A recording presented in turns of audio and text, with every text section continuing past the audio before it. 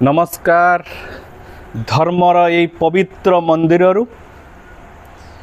आपण को आज ए संसार गुप्त भविष्यत संबंध रे ज्ञात करैबी। ए भविष्यत आपण मानक पई एक दिग्दर्शन भली, कारण ए भविष्यत आपण माने ज्ञात होई आशा करे आपण माने निजको बदलैवाकू चेष्टा करिवे एवं सत्य धर्म एवं न्यायर रास्ता रे आपण माने चलिबा आरंभ करिवे। ए संसार रे आम्भे माने जो भूल मान करुछंती से भूल को सुधारिबा को चेष्टा करिवे। समाज रे जो रंगीन दुनिया रही से रंगीन दुनिया रो ऊर्ध्व को उठी आपण माने दिव्यतार रास्ता रे निश्चित भाव में पथिक हेबे। चलंतु आज आंभ को ज्ञात करा जाइथिबा ए संसार सर्वश्रेष्ठ सत्य जहा कि माँ जोगमायांक द्वारा आगामी दिन मानकर संगठित हवा को जाउची बा माँ जोगमायांकर प्रत्यक्ष तत्वावधान एवं माँ महालक्ष्मींकर कार्यकारिता रे ए संसार रे जो ध्वंस लीला आगामी दिन मानकर आपण माने देखिबा को पाइबे। से ध्वंस लीलार किछि भाग बा भविष्यत चित्र आपण को दृश्यमान करबा को जाउछि।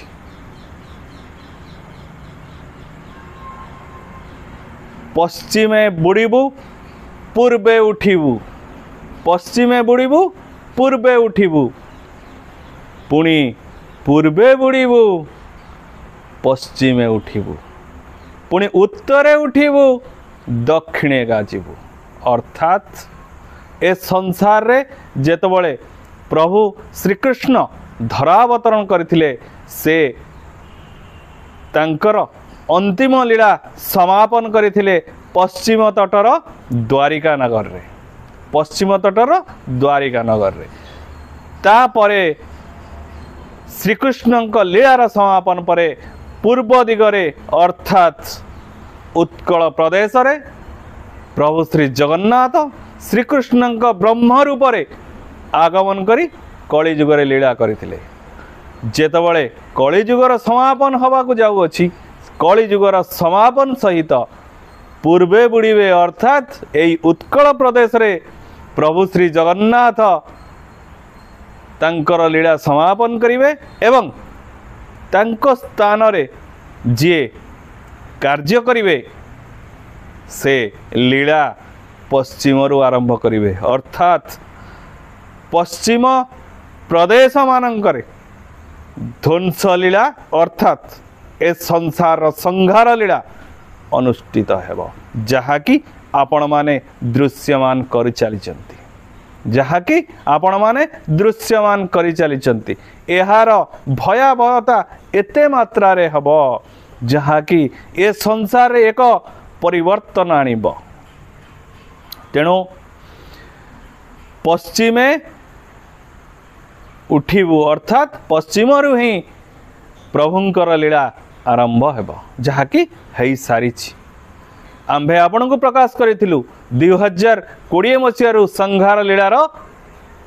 भित्ति प्रस्तर स्थापन करा जायथिला। अर्थात 2020 मसीह जेबे ए मठ प्रतिष्ठा करा गला जुग र संहार लीलार कार्य ए स्थान रे गुप्त भाव रे क्रियाशील करा गला, जहार प्रतिफलन स्वरूप 2022 मसीह ध्वंस लीलार आरंभ हो सारी।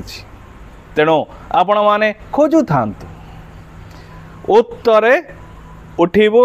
दक्षिणे गाजिबू। अर्थात उत्तर रे आतंकवादी मानक हस्तरे परमाणु बोमा लागिबा को जाउछि। देखिबे या हेई पारे ए संसार रे जो माने खल प्रकृतिर लोक बा ए संसार जहाकू आम्भे माने आतंकवादी बोली संबोधन करती सेमानंक हाथ रे जदि परमाणु बोमा लगी जाए ताहले आगामी दिन मानकरे अवस्था कौन हो आपण माने चिंता करि पारिबेनी। तेणु उत्तर अर्थात हिमालय प्रदेशर कौनसी ना कौनसी कोणरू ए संसार ध्वंस लीला आरंभ हम आर्यभूमि रे एवं यह परिव्याप्त हेब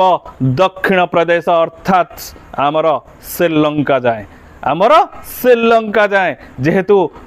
आर्यभूमि श्रीलंका प्रदेश पर्यंत रही तेणु संपूर्ण आर्यभूमि रे यह परिव्याप्त हो तेणु आगामी दिन मानक जो 25 वर्षर समय प्रदान करा 2020 मसीह 25 वर्ष से 25 वर्षर प्रथम 10 वर्ष आंभे माने वर्तमान अग्रसर होउचंती यार प्रथमार्ध अर्थात प्रथम 10 वर्ष वर्तमान अंतिम समय आड़क आम जाऊँगी 2030 रे प्रथम 10 वर्ष सरीज तापर 5 वर्ष परिवर्तन निमित्त दि जापर 35 मसीह पुनर्बार आरंभ हम तेणु ए संसार प्रभुंकर लीला तो से जानी लीला गुप्त भाव रे होता है मनुष्य कौन बा जानिब तार आकलन बा ए पुस्तक रे कौन बा लिखा जाइछि तार आकलन तेणु